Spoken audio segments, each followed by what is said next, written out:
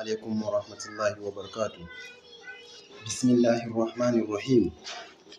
إن الحمد لله نحمده ونستعينه ونستغفره ونعوذ بالله من شرور أنفسنا ومن سيئات أعمالنا. من يهده الله فلا مضل له ومن يضلل فلا هادي له. وأشهد أن لا إله إلا الله وحده لا شريك له وأشهد أن محمدا عبده ورسوله. أما بعد.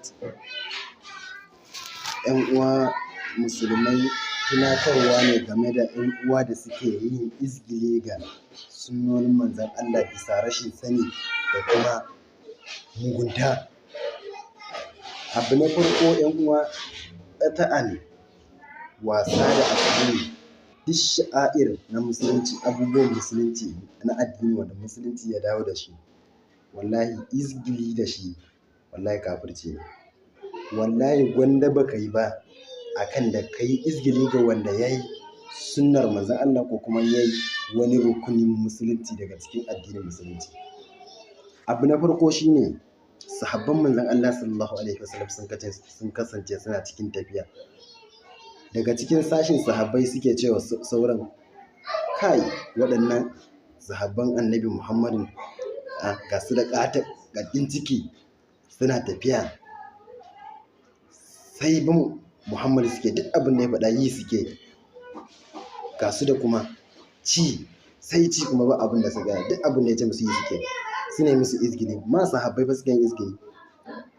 Sai daga cikin sahabbai ya ce, in na tafi sai na faɗa wa manzon Allah, sahabban manzon Allah kuke yi wa haka? To kafin shi wannan sahabin ya je, mala'ika Jibrilu alaihi salatu wasalam ya tafi ya yi wa manzon Allah wahayi, ya ce masa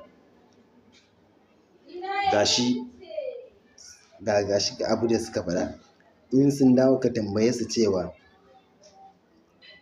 wala in sa'altahum la yaqulunna inna kunna naqulu wa nal'ab qul abillahi wa ayatihi wa rasulihi kuntum tastahzi'un la ta'taziru kad kafartum ba'da imanikum.